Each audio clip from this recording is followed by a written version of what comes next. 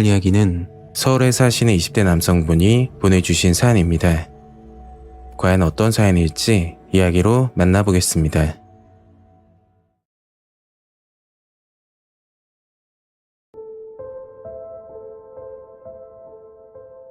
지금부터 2년 전에 있었던 일입니다.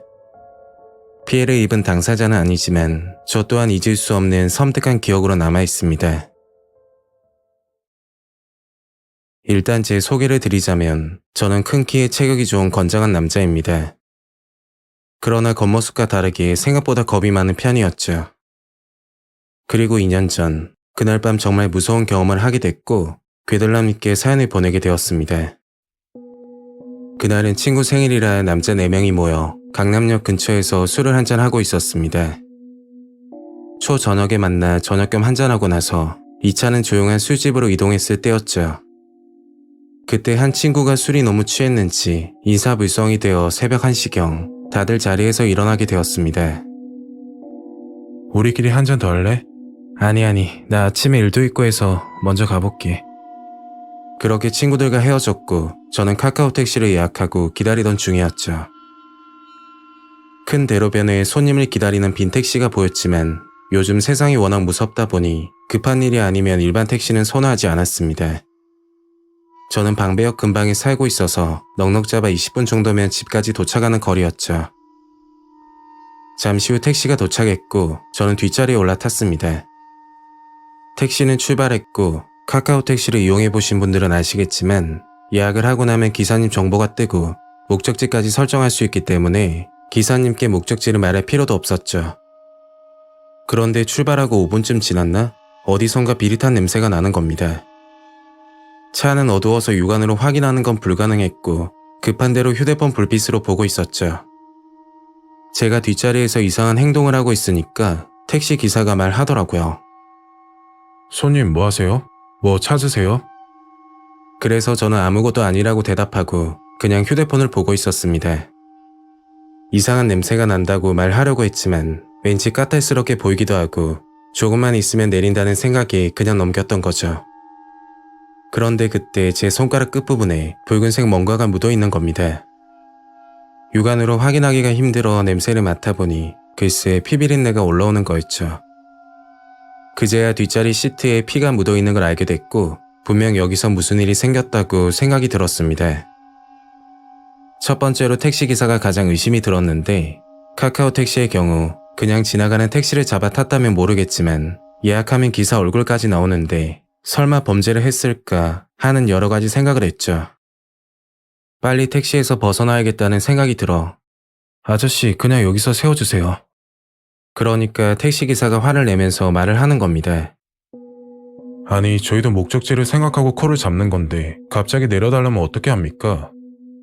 좀 전까지도 웃으면서 말씀하셨는데 갑자기 표정이 변하는 걸 보고 진짜 섬뜩하더라고요. 그렇게 한참을 화를 내다 결국 택시기사는 차를 세워줬고 저는 차에서 내리자마자 경찰에 신고를 했습니다. 택시는 출발하지 않고 한참을 그 자리에 있더니 제가 경찰에 신고하는 걸 들었는지 택시기사가 갑자기 차에서 내리더군요. 왜 경찰에 신고하냐고 어이없다는 표정을 짓고 있었는데 저는 경찰이 올 때까지 택시기사를 주시하며 그 자리에서 기다리고 있었습니다. 잠시 후 경찰이 도착했고 그제야 시트 뒤에 핏자국이 있다고 말했죠. 그때 택시기사 표정을 봤는데 본인도 몰랐다는 듯 황당한 표정을 짓는 겁니다. 이게 무슨 피야? 경찰은 조사를 해본다고 했고 저와 택시기사 인적사항을 받아 적었죠. 그리고 다른 택시를 타고 집으로 돌아왔습니다. 그 사건이 있고 일주일 정도 지나 집으로 우편물이 도착했는데 그건 참고인 출석 요구서였죠. 납치 관련 사건에 관한 내용인데 신분증을 가지고 경찰서에 방문하라는 내용이었습니다. 살면서 범죄를 저지른 적도 없을 뿐더러 경찰서에 갈 일도 없었기 때문에 너무 당황스러웠죠. 저는 해당 날에 맞춰 경찰서에 가게 됐고 알고 보니 일주일 전쯤 택시에서 발견된 핏자국에 관련한 사건이었습니다. 담당 형사님은 저와 나이대가 비슷한 여자분 사진을 보여주더니 아는 사람이냐고 물었고 저는 처음 보는 얼굴이라 모르겠다고 대답했죠. 그리고 강남역 주변에 빈 택시가 있었음에도 왜 그 택시를 타지 않고 다른 택시를 예약했냐고 물어봐서 일반 택시는 위험해서 타지 않는다고 대답을 드렸습니다. 그렇게 참고인 조사를 받다 사건에 대해서 조금 알게 되었죠. 그날 새벽 서리풀 공원 인적 드문 곳에서 한 여성이 피를 흘리며 발견됐고 그 여성의 피와 택시 뒷자리에 있던 혈흔이 동일하다고 하더라고요.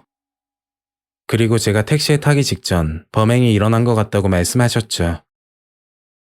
무슨 일이 있었는지 알고 싶어서 형사님께 여쭤봤지만 참고인 조사와 관련 없는 부분은 사생활 보호 차원에서 알려주지 않는다고 하셨습니다. 그렇게 참고인 조사는 끝이 났고 저는 집으로 돌아와 일상을 보내고 있었죠. 그리고 한 달이 지났을 때 처음 보는 번호로 연락을 받게 됩니다. 너무 감사해서 정말 인사라도 드리고 싶었어요. 원래 안 된다고 하셨는데 형사님께 계속 부탁을 드렸어요. 어떤 여성분의 전화였는데 알고 보니 서리풀 공원에서 발견된 피해자였죠. 여성분은 제 신고로 인해서 목숨을 건질 수 있었다고 연신 고맙다고 말씀하셨습니다. 그리고 그날 사건에 대해 들을 수 있었죠. 피해자는 야간 근무를 끝내고 택시를 타려고 큰 길가로 걷고 있었는데 뒤에서 어떤 남자가 따라왔다고 합니다. 처음에는 같은 방향이겠지 하고서 걷고 있는데 점점 가까이 다가와서 흉기를 들고 위협을 했고 그 남자를 따라갈 수밖에 없었다고 했죠. 벗어나기 위해서 힘을 써봤지만 역부족이었고 결국 흉기로 옆구리를 가격당했다고 하더군요. 피해자는 제대로 걷지 못해 힘들어했고 그 남자는 힘이 들어서 그랬던 건지 아니면 어떤 이유인지는 모르겠지만 지나가는 택시를 잡아 피해자와 탑승했다고 합니다. 아저씨, 서리풀 공원으로 갑시다. 그때 택시 뒷자리에서 피해자 신음소리가 들리자 남자는 피해자가 임신 중이라서 가끔 복통을 호소한다고 택시 기사에게 말했다고 했죠. 아니, 공원으로 가실 게 아니라 병원으로 가셔야 하는 거 아닙니까? 택시 기사는 걱정되는 마음이 물었지만 남자는 대답을 하지 않았다고 하더군요. 결국 택시는 서리풀 공원 입구 계단 앞에서 멈췄고 피해자는 새벽 시간 공원으로 끌려갔다고 합니다. 피해자가 탑승했던 택시가 제가 예약했던 택시였고 사건이 일어난 직후 바로 탑승했던 거죠. 택시 기사분도 저는 몰랐다고 하셨고 평소 같으면 손님이 내리고 뒷자리 정리를 하는데 그때는 미처 하지 못했다고 하더라고요. 다행히 제가 탑승하고 신고를 한 탓에 택시 기사분도 알게 되었고 다시 한번 생각을 하니 아픈 사람을 데리고 새벽 시간 공원을 가는 게 너무 찜찜해서 택시 기사분은 서리풀 공원으로 다시 돌아갔다고 합니다. 그리고 피해자를 내려줬던 공원 입구 계단을 보니까 빨간색 핏자국이 떨어져 있었고 그걸 보고 택시 기사님은 경찰에 신고를 했다고 하셨죠. 피해자는 서리풀 공원 참나무 쉼터 근방에서 발견됐고 급히 병원으로 이송되어 회복을 할 수 있었다고 합니다. 만약 피해자분이 택시 안에서 도움을 요청했다면 본인은 물론 기사분까지 위험할 거라 판단하고 아무 말도 못했다고 말하더군요.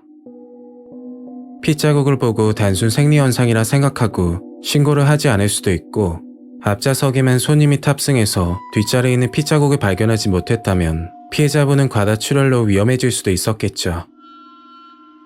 그렇게 감사하다는 인사를 듣고 나니 뭔가 잘했다는 생각도 들었지만 한편으로는 정말 섬뜩하다는 생각이 들었습니다. 아무것도 모르고 기사님을 의심했던 게 너무 죄송스럽지만 그 당시 택시 안에서 핏자국을 보고 납치라도 당할까봐 정말 무서웠답니다. 이번 사건으로 카카오 택시나 일반 택시 문제가 아닌 범죄는 때와 장소를 가리지 않는다고 다시 한번 느꼈죠. 피해 여성분이 이 사연을 볼지는 모르겠지만 만약 보신다면 트라우마 없이 잘 지내셨으면 좋겠습니다. 오늘 이야기는 여기까지입니다. 구독과 좋아요 잊지 않으셨죠? 다음 영상으로 또 뵐게요. 감사합니다.